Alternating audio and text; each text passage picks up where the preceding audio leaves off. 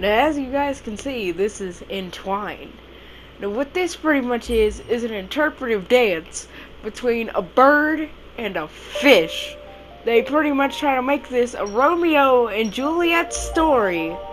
And with this, they cannot touch ever because they're in different worlds, because one's a bird and one's a fish. Now, the first problem I have with this game was when I started it up, it said powered by Unity. And if you guys don't know what that is, Unity is the company that makes the mobile phone games and the crappy indie computer games. Now, this game is quite beautiful, and the music is absolutely amazing. But see, as you can see here, I'm having to move this bird, fish, weird thing around with the right sticks. I mean, with the left and right stick. And I have to make them like touch their desired zone. See, like when it's green like that, I have to have them both touch that same thing. You can't be that precise with the stick movements. I could maybe do this with a mouse, but it is impossible to do this with freaking sticks. This is just the beginning of the clip, but if you watch later in the video, it will literally, I will just start missing and missing and missing and missing, because this game, it's not even hard, but the stick movements, you just can't be that precise on a freaking console. I could totally do this if I had a mouse, because you can be precise with that.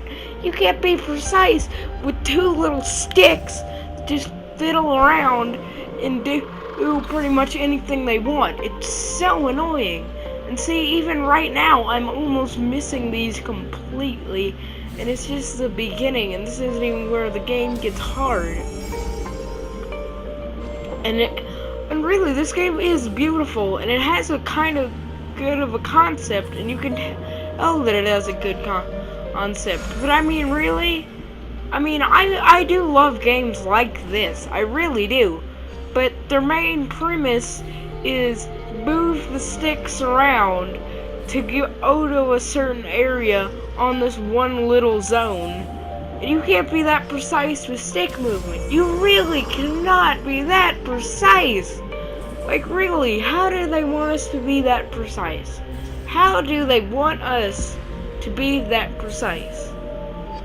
If this was, like, on a computer or anything, and yes, I know I'm repeating myself, but it's that freaking frustrating.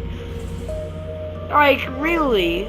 Like, I know that they tried, and this game really isn't that bad, but you have to have the steadiest freaking hands in the world to do crap like this, and it gets faster the farther you go along. And like, what you have to do is see those bars at the top of the screen. You have to like fill those up, and then like when those are filled up, you have like two buttons. I combine and turn to like a dragon. Crap, you just start pretty much tripping. Like, I really do think this, they might as well just call this druggy simulator, cause this is what this feels like. Especially when you turn into like this dragon thing and you can write in the sky and all this weird crap. I mean, it's really odd. It's one of the strangest games I've played of this console generation. And it took forever to load. I actually had to cut out some of the loading times for you guys. We're in the next console generation. When are we gonna move past 5-year-old loading times that take just forever to load anything? Absolutely anything. Like, really. I mean, nah, I'm just gonna be quiet now, because I'm just gonna let you guys listen to the music that the game's playing. I'm not gonna add my music like I usually do.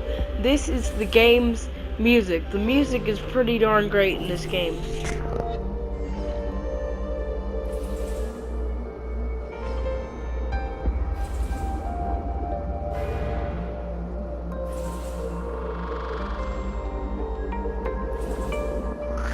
see, that was pretty great freaking music, and that was just a little snippet of it. But I really did get worried when it said, powered by Unity. Like I already told you guys, they are the makers of the cheap computer games that run on like Disney.com and all that bullcrap. I mean, really, it's just so annoying to try to fiddle you little fat little sticks, and I got fat freaking thumbs too, to go to a precise area in a freaking little tiny circle. Like, what is that? How do they want us to accomplish this? Like, it really makes no sense. And see, now we're getting to the part where I'm about to turn like a dragon or something. And see, like, the whole point of this, it's supposed to be like a Romeo and Juliet story, where since they're separated, because they're in two different worlds, like I already told you guys, since they're separated in two different worlds, they're trying to, like, be connected, and apparently touching these weird, like, pentagon-looking things in a rotating circle apparently brings them together. And I'm just about to turn into a dragon. We'll get the prompt. Hang on. Give me a second. See, and then you turn into like this dragon-looking thing. And it looks. This game does look really freaking beautiful. But what is this? What is this? Like, really? You're just flying around all of a sudden. You just turn into a dragon, and all of a sudden you just fly around and grab whatever those things are. They're just like floating little bubbles. Like, what is that? What is this? And then, when I fill up this bar, watch what happens. Watch what the game will now let me do. Skywrite. For a second, I was like, what is this skywriting thing? Then you just randomly write in the sky for no reason. You don't even have to draw a certain thing. You could draw anything you wanted, which I think would be kind of cool if it had like its own separate game mode. But see, then they like flip the camera around, and see, look, I just scribbled, and then like there's this weird portal thing, and I didn't know I was supposed to go over there, so I just keep flying around, and I'm like, where am I supposed to go? And it's just this weird floating portal thing that I'm supposed to go in. And I'm just like, hey, where am I supposed to go? Where am I supposed to go? So I thought maybe I was supposed to run into those things, but that didn't do anything. So then I'm just flying around. I'm like, oh yeah, the portal. Maybe if I go in there, maybe it'll like send me back to the main menu. And remember, all I did was click how to play. How to play the game. I was expecting to get a little tutorial. And then see, look.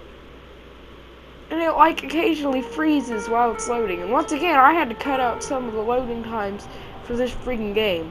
And this game does not run online, so that cannot be the excuse. This game is purely an offline game. See, look, you have to be like really precise.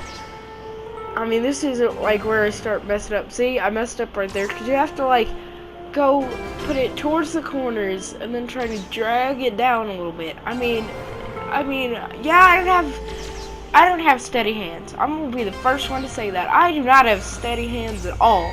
But I mean, even for somebody that has steady hands, that'll still be really freaking hard.